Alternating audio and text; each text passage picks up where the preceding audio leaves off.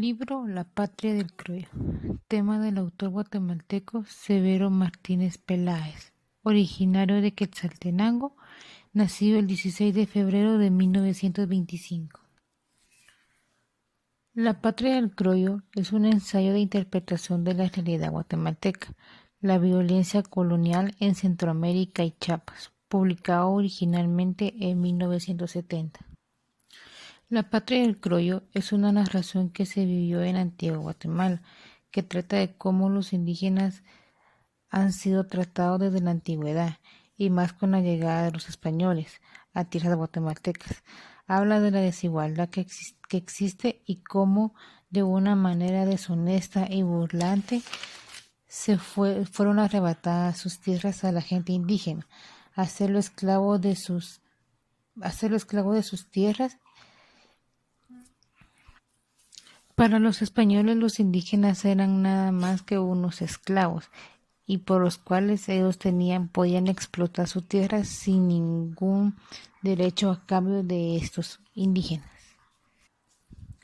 La colonia fue la formación y consideración de una estructura social que no ha sido revolucionada todavía y a la que pertenecemos en muy considerable medida, y la realidad colonial es nuestra realidad más honda.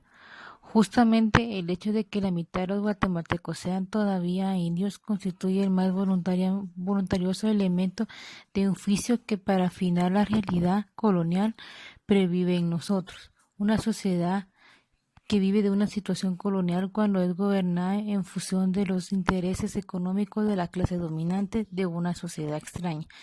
El rompimiento de la estructura colonial de los pueblos fue el cambio más importante introducido por la reforma en la estructura de la sociedad guatemalteca. La legislación laboral de la reforma creó los instrumentos normadores de una nueva situación de servidumbre en función de los intereses de los finqueros. Se fueron perfeccionando los mecanismos legales de la opresión de los indígenas, y estos quedaron obligados a acudir a las fincas cuando los finqueros lo necesitaban. A estos, a esos envíos se les siguió llamando con su nombre colonial, mandamientos. Desde Barrios hasta Ubico estuvo vigente el libreto de jornaleros, inventado e instituido por el gobierno del primer dictador citado. La esencia de la reforma de Guatemala fue una ampliación de la clase criolla, con el poder sobre la base de una aplicación de la disponibilidad de los indígenas en situación de siervos, y una ampliación muy notable del número de empresas agrícolas latifundistas. Es innegable que el conjunto de características que definen a Guatemala como un país subdesarrollado con consecuencias en primer lugar del proceso colonial que le dio forma a esta sociedad y le imprimió sus características más profundas. En segundo lugar, de esta sociedad le imprimió sus características más profundas, la conservación de la estructura colonial por obra del dominio criollo, y en tercer lugar, de la acción frenadora del imperialismo, interesado en obtener ventajas del propio subdesarrollo. La explicación del indígena solamente puede hallarse en el señalamiento de los factores que lo fueron moldeando como tal indígena a partir de una realidad humana anterior que no era el indígena, o el mismo dicho de otro modo.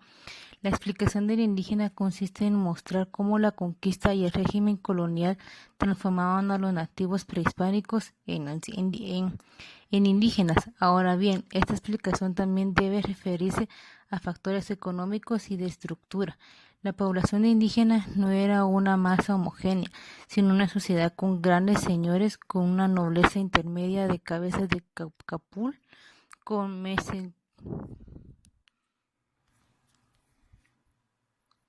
con mazahuales, con esclavos y relaciones de nobleza intermedia, dominación tributaria que pasó a ser una nueva organización social, una gran clase de trabajadores serviles sometidos a un régimen.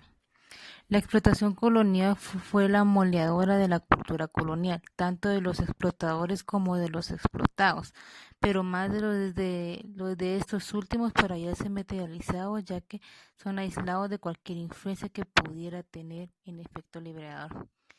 Esto se vive todavía actualmente. Actualmente en algunos pueblos los indígenas son esclavos de sus propias tierras, son obligados a trabajar bajo presión a largas jornadas de trabajo sin las medidas de protección que ellos deberían de tener.